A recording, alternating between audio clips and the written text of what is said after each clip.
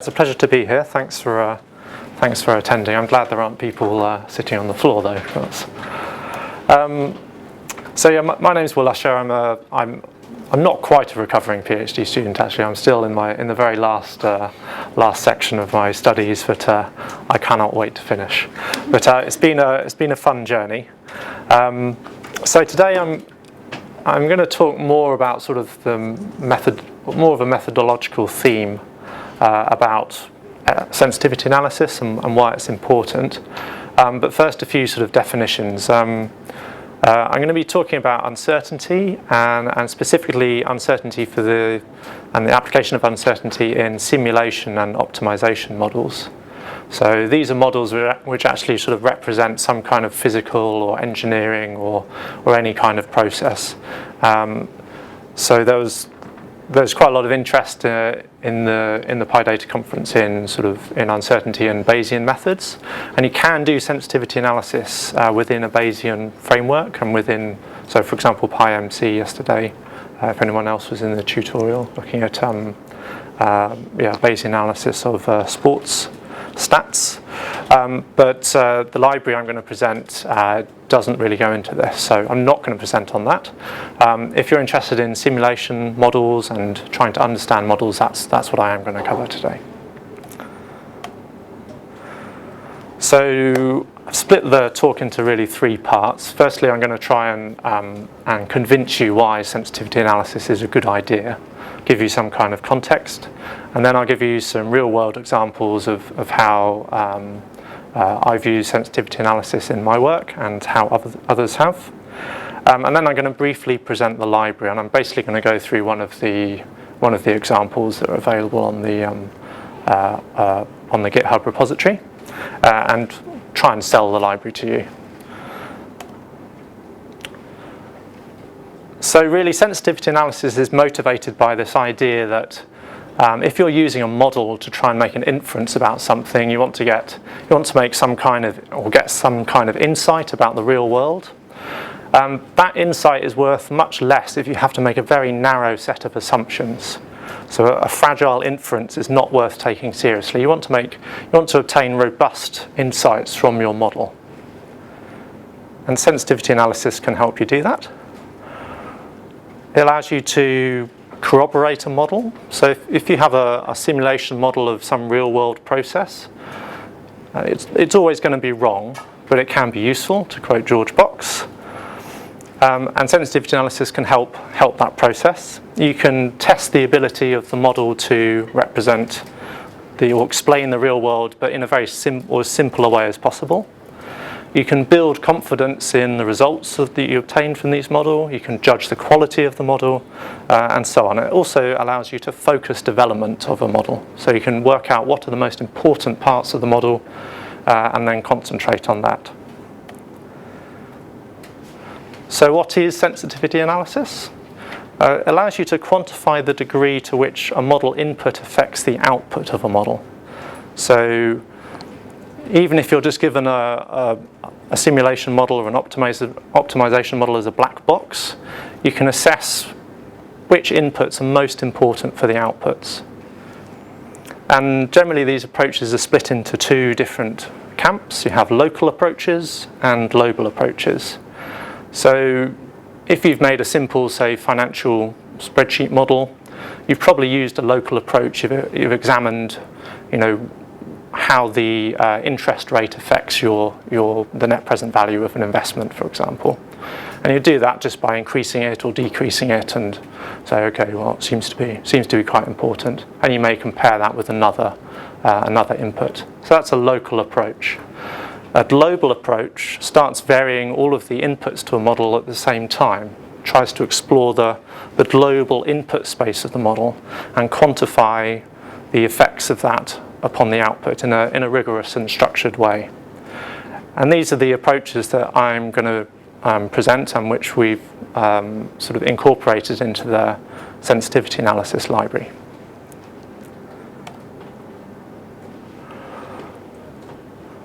So what can you obtain from a sensitivity analysis? There are three sort of main settings for a sensitivity analysis. So you can work out which of the inputs are most important. which should you really focus on. You can work out which factors or which inputs are unimportant, so which can you safely ignore without compromising the outputs you get from the model. And you can also look at, if you're just interested in, say, a risk model, you can look at the particular portion of the output space of the model and try and work out which inputs are most important for just influencing that sort of threshold effect, for example. And there are different approaches for all of these. So a few examples. So this is actually an example from John Herman. So John is based in the States, hence the transatlantic collaboration. And he's interested in watershed models. So these are models of the hydrological systems in valleys, trying to quantify, say, the risk of flood events given certain rainfall patterns. And he's used these techniques to look at which inputs to these models are most important over time. Another example, this is based on more sort of looking at robustness of events, and he's using factor mapping. So trying to work out which factors are most important in terms of the reliability, the frequency of worst cases, and so on, worst case costs. And he's also looked at using a factor prioritization setting, looking at which of the inputs to these models are most important. And they generally sort of corroborate with one another. And in my work, I'm looking at a large energy system optimization model. I'm trying to understand which of the technologies or other inputs to the model are most important. So I'm using a factor prioritization using Morris. So all of these words, Sobo, Morris, and these are all different methods that are available in the library. And they all have different characteristics. So generally you have to think about, normally running a simulation model is computationally expensive. If it was very cheap, then you could just run, you could look at every single possible combination of inputs and do a very thorough analysis. But in reality, that's never possible.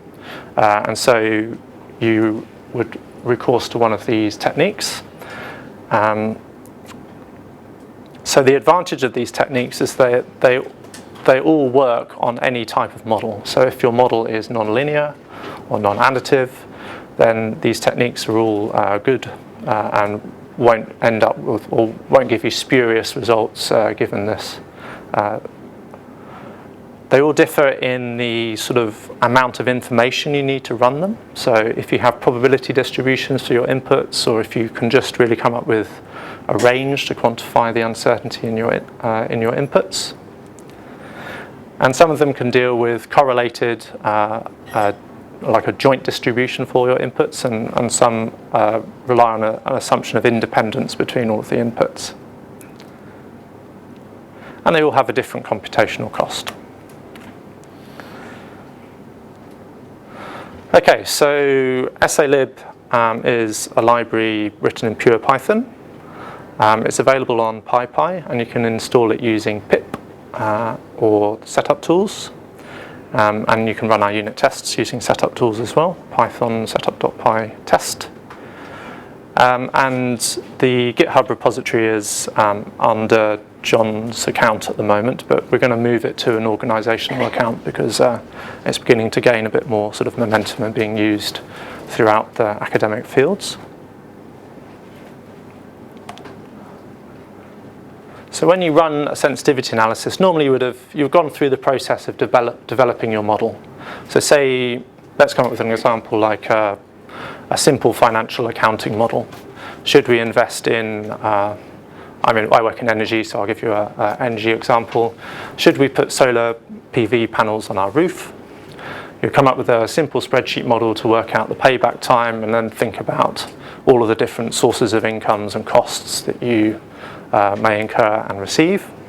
So incomes from this example would be the feed-in tariff from the government, so you get a subsidy for each kilowatt hour of energy that you export from your solar panels.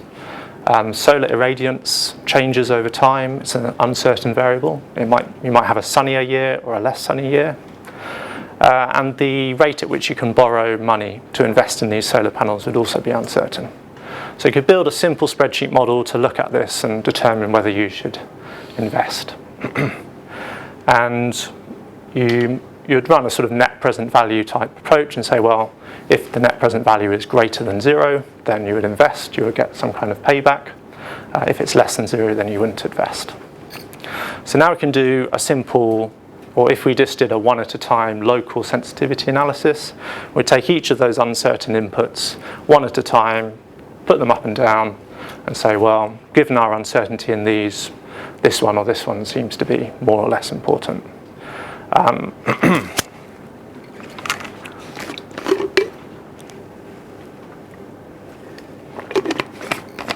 Of course, we want to do a more thorough analysis because we have the tools, and so we'd use a global sensitivity analysis approach using the sensitivity analysis library.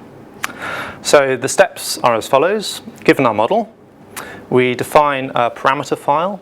So this defines our inputs and the ranges that we assign to the inputs. We then generate a sample, and this is a structured sample depending on which approach we're going to use. And then we'd put this sample through the model, and we'd run the model many times in a sort of Monte Carlo type approach. And then given the inputs and the inputs to the model, the outputs from the model, you can then compute some sensitivity indices. We compute the result metrics. So the following example just uses the method of Morris, but if you recall from the where is it? My method slide. So we have there are 5 different techniques that we'd use under different circumstances. So the syntax is pretty much the same, and it's very simple, but you can just use the different methods using the same syntax. So we define our parameter file, and you can either use the library from the command line or you can use it within Python. So if you've written a simulation model within Python, it's very easy to implement this sensitivity analysis techniques with your model. But you can also use it if the model is written in anything else. You'll just need to work out how to get the data from our sample into your model.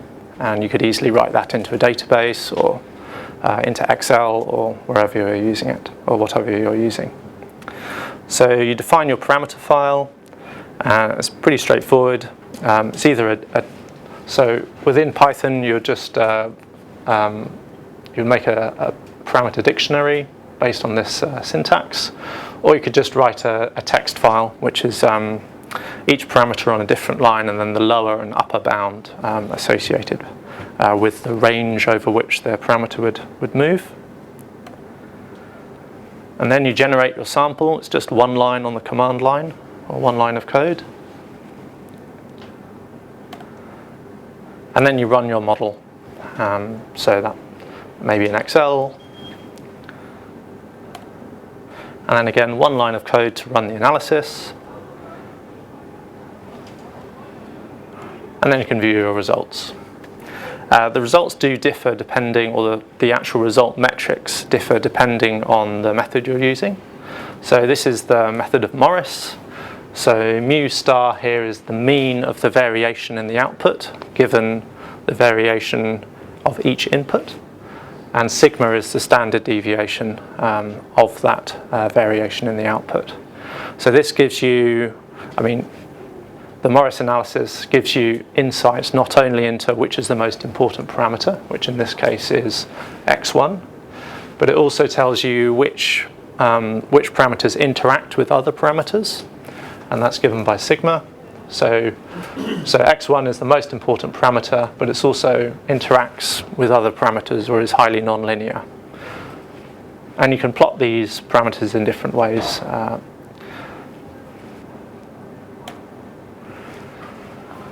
So future work, at the moment we have quite a lot of interest from other academics in the library. As far as I know, we're one of the only Python library to do sensitivity analysis. And our aim is really to bring this to the masses. These sensitivity analysis techniques are really powerful. They're considerably better than the alternative one-at-a-time approaches. And the fundamental idea behind the library is to make it as easy as possible to do this, just one line of code.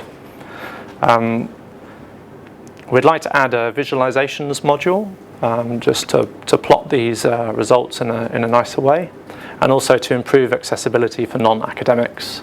So quite a lot of this is based on fairly dense academic papers, which I've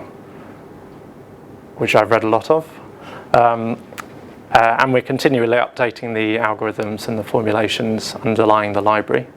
But there's no reason why non-academics couldn't use this as well. There's also lots of opportunities for avid coders to optimize our code. I'm first and foremost a PhD student and not a software engineer. We're gradually improving the quality of the code and incorporating unit tests and so on. If anyone's interested in reading more about sensitivity analysis, then I strongly recommend this book, Global Sensitivity Analysis, the Primer, which is by an Italian guy called Saltelli. And thanks to everyone at UCL. You can access the repository here on our GitHub account.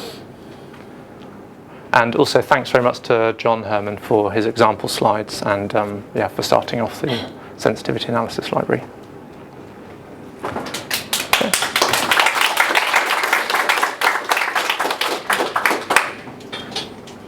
Cool.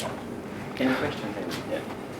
Yeah, thanks for the talk. I was just wondering, is there any way that you could use this as sort of a part of a cross-validation pipeline of machine learning for maybe something like feature selection or even feature importance for it?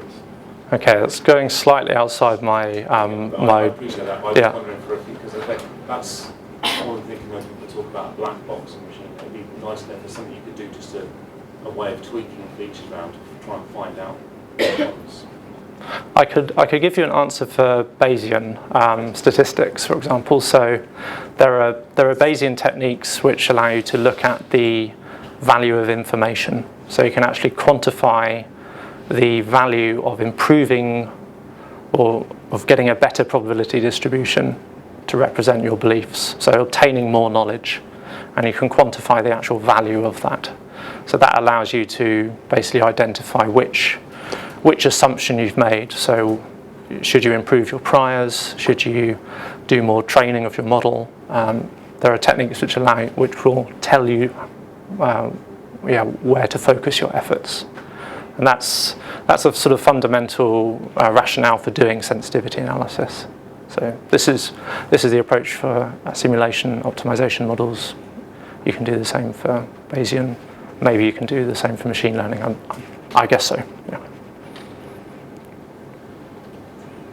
Going back to the point where you have the analysis showing what part of the variance was like interaction with other parameters, you said it's due to interaction with other parameters or extreme nonlinearity.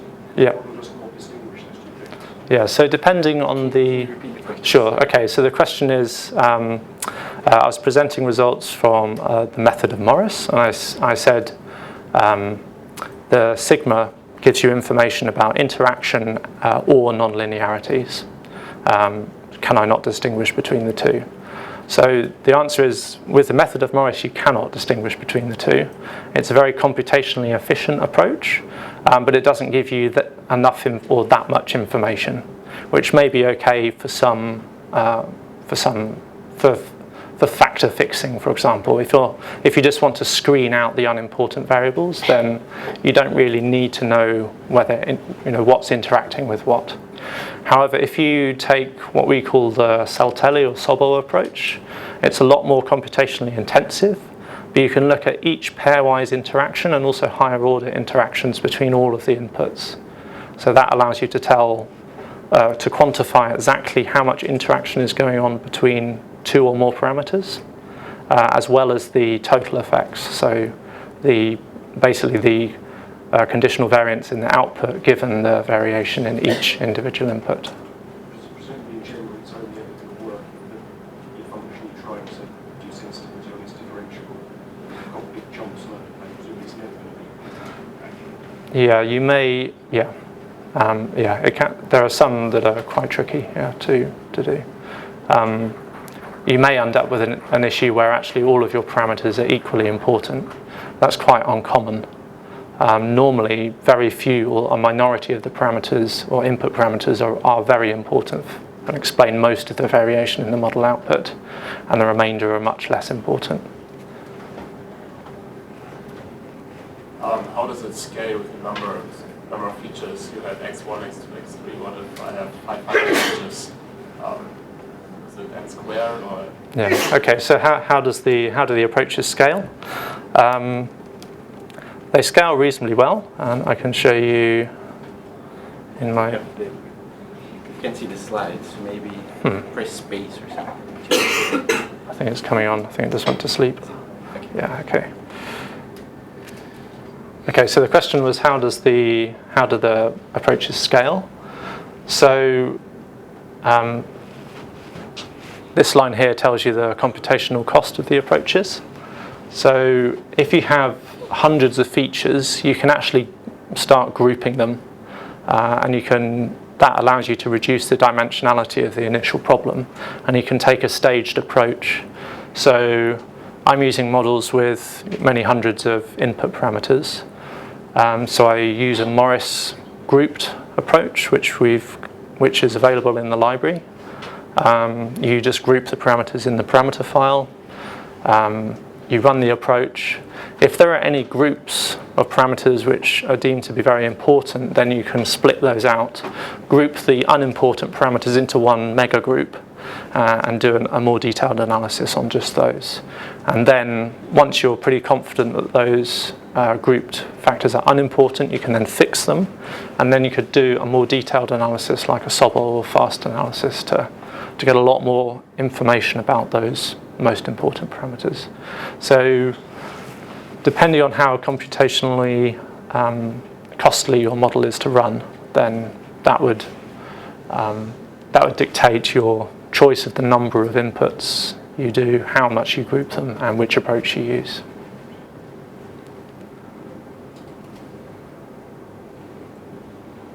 Cool. Okay. If there's no more questions, then I guess we can wrap up. Thanks a lot.